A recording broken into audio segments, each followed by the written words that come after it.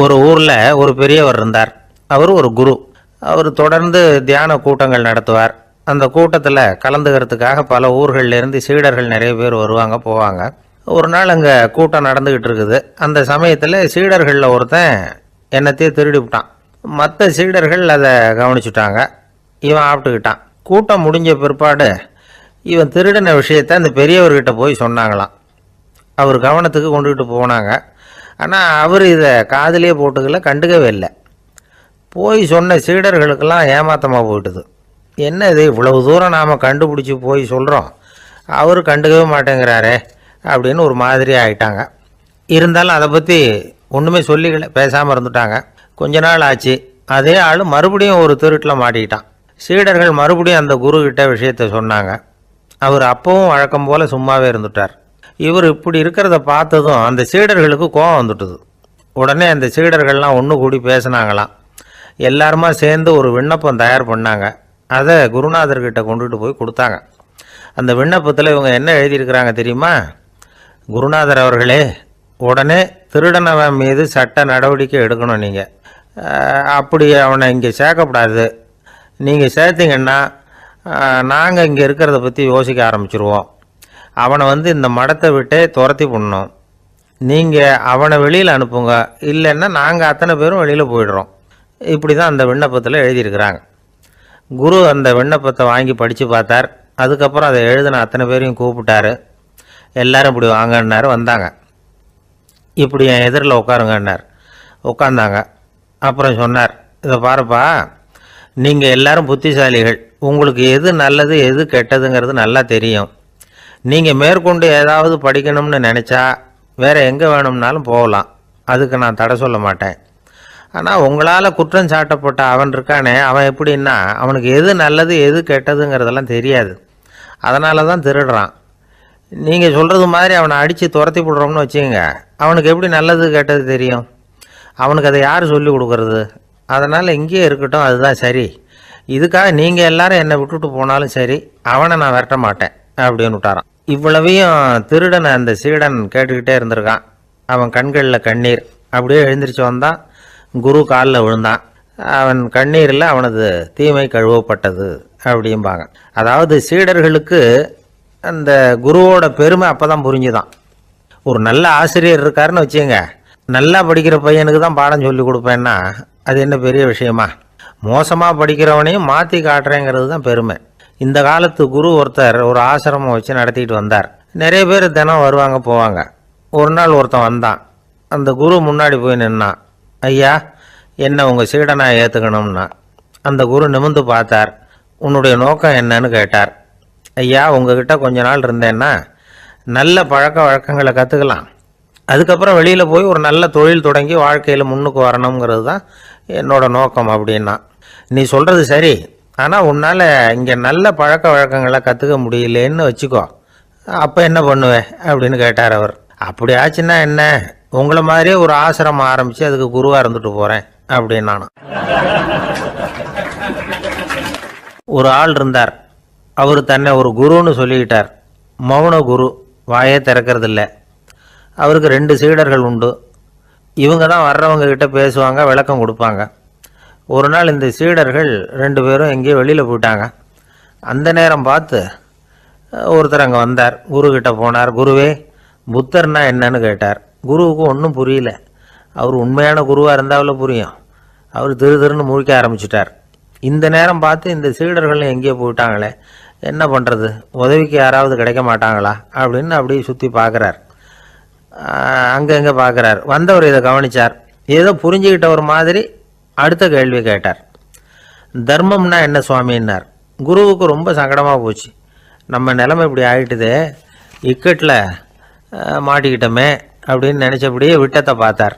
அப்புறம் குனிஞ்சு தரையை பார்த்தார். அப்படியே உட்காந்துக்கிட்டார். வந்தவர் உடனே அடுத்த கேள்விக்கு போயிட்டார்.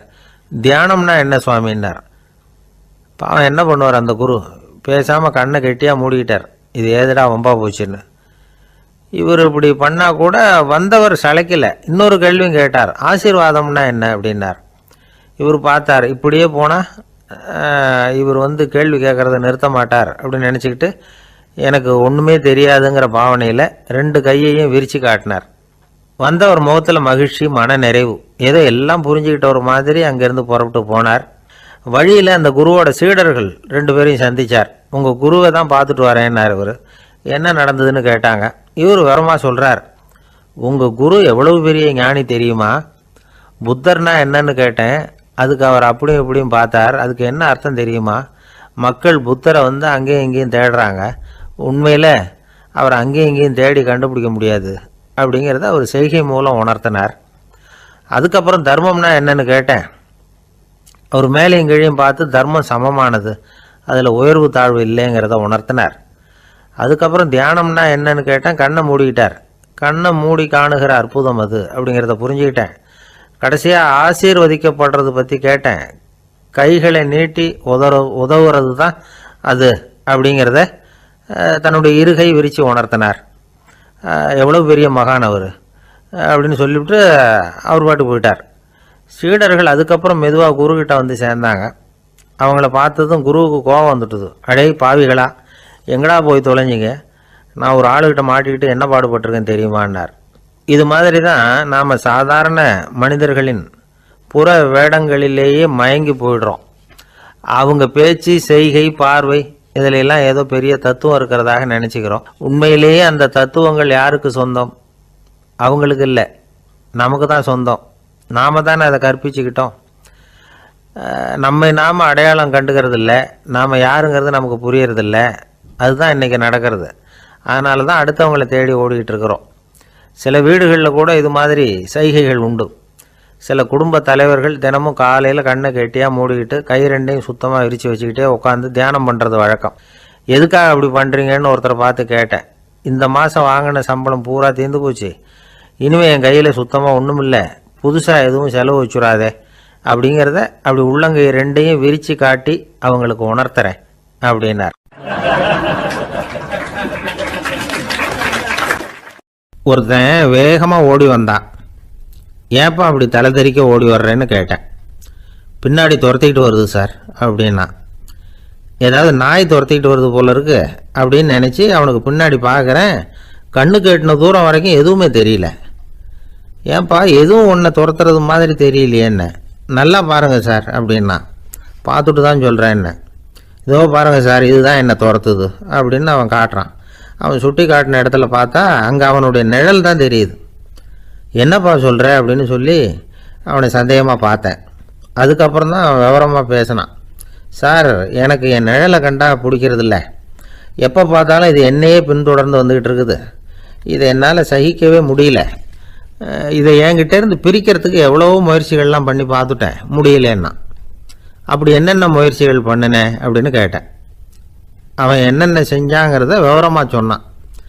அவன் என்ன பண்ணியிருக்கிறான், ஒரு பெரிய குழியை தோண்டி அதில் தன்னுடைய நிழலை புதைச்சிருவோம் அப்படின்னு முடிவு பண்ணிவிட்டு மண்வெட்டி எடுத்துக்கிட்டு தோட்டத்து பக்கம் போயிருக்கான். ஆழமாக ஒரு குழியை தோண்டியிருக்கான். குனிஞ்சு பார்க்குறான். அந்த குழிக்குள்ளே தன்னுடைய நிழல் தெரியுது. ஆஹா, இதுதான் சமயம், நிழல் இப்போ குழிக்குள்ளே இருக்குது, மண்ணை போட்டு மூடி போடலாம் அப்படின்னு நினச்சிக்கிட்டு கொஞ்சம் மண்ணை அள்ளி போட்டான். பார்த்தா இப்போ அந்த நிழல் அந்த மண்ணுக்கு மேலே வந்து நிற்கிது. இது ஏதுடா வம்பா போச்சு அப்படின்னு அவசரமாக மண்ணை வாரி போட்டு மூடி பார்க்குறான். குழி பூராவும் மூடி விட்டு பார்க்குறான். மறுபடியும் நிழல் மேலே வந்து உட்காந்துக்கிட்டு இருக்குது. சரி, இதை வந்து குழியில் புதைக்க முடியாது அப்படின்னு முடிவு பண்ணிட்டு இதை இங்கேயே இப்படியே விட்டுட்டு ஒரே ஓட்டமாக ஓடி போடுவோம் அப்படின்னு நினச்சி எடுத்தான் ஓட்டம். அது காலை நேரம். இவன் மேற்க நோக்கி ஓடிக்கிட்டு இருக்கிறான். ஓடி ஓடி பார்க்குறான், நிழல் இவனை விட வேகமாக இவனுக்கு முன்னாடி ஓடிக்கிட்டு இருக்கு. சரி, திரும்பி ஓடி பார்ப்போம் அப்படின்னு நினச்சிக்கிட்டு அப்படியே சடார்னு திரும்பி ஓட ஆரம்பித்தான். பார்த்தான், அப்பாடா நிழலை காணலை. கொஞ்சம் தூரம் ஓடி ஒரு இடத்துல நின்று அப்படியே சாவகாசமாக திரும்பி பார்க்குறான். பின்னாடி நின்றுக்கிட்டு இருக்குது நிழல்.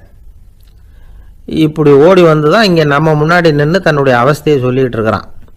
இந்த நிழலை துரத்துறது அல்லது வெட்டி விடுறது, இதுக்கு ஏதாவது வழி இருக்கா சொல்லுங்கள் சார் அப்படிங்கிறான்.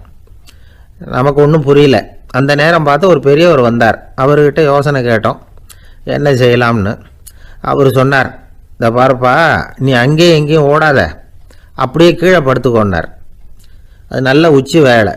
அவன் அப்படியே கீழே படுத்துக்கிட்டான். இப்போ அப்படி இப்படின்னு திரும்பி பார்க்குறான், நிழலை காணலை. அவன் இப்போ தான் நிம்மதியாக இருந்தான். இப்போ அந்த பெரியவர் சொன்னார், எல்லா மனிதர்களுமே இப்படி தான் ஓடிக்கிட்டு இருக்கிறாங்க. நான் எனது அப்படிங்கிற ஆணவம் தான் அவங்கள துரத்திக்கிட்டு இருக்கு. அதை விட்டுட்டு ஓடணும்னு நினச்சாலும் அது முன்னாடி வந்து நிற்கிது. பரம்பொருளை நோக்கி ஓடுறப்போ இந்த ஆணவம் பின்னாடி வந்து விடுது. பரிபூர்ண சரணாகதிங்கிற நிலையில் அது முழுசுமாக மறைஞ்சு விடுது.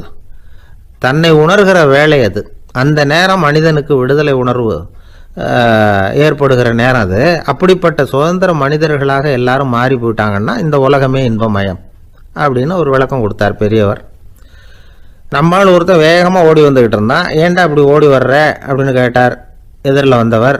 ஆசை துரத்துது, அதுதான் ஓடி வர்றேன்னா. உனக்கு என்ன ஆசைன்னு கேட்டார்.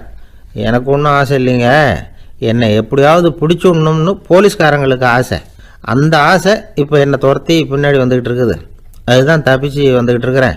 குறுக்க நிற்காதீங்க சார், வழியை விடுங்க அப்படின்னு சொல்லிவிட்டு வேகமாக ஓடி மறைஞ்சான்.